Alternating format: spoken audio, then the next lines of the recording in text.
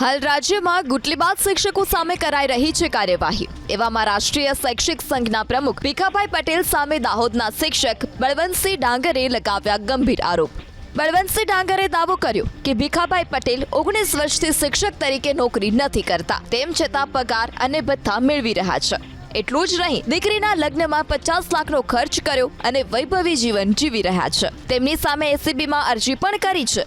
તો બળવંતસિંહના આરોપોને ભીખાભાઈ પટેલે ફગાવ્યા। ભીખાભાઈએ દાવો કર્યો કે બળવંતસિંહને શૈક્ષિક સંઘમાંથી અમે મુક્ત કર્યા છે અને તેઓ મારા વિરુદ્ધ સોશિયલ મીડિયામાં પોસ્ટ કરે છે। આ તરફ રાષ્ટ્રીય શૈક્ષિક મહાસંઘ આવ્યો છે ભીખાભાઈના સમર્થનમાં। રાષ્ટ્રીય શૈક્ષિક મહાસંઘે બળવંતસિંહના આરોપોને ફગાવ્યા।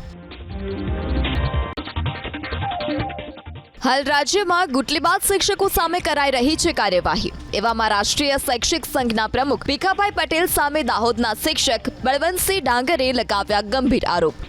બળવંતસિંહ ડાંગરે દાવો કર્યો કે ભીખાભાઈ પટેલ 19 વર્ષથી શિક્ષક તરીકે નોકરી નથી કરતા, તેમ છતાં પગાર અને ભથ્થા મેળવી રહ્યા છે।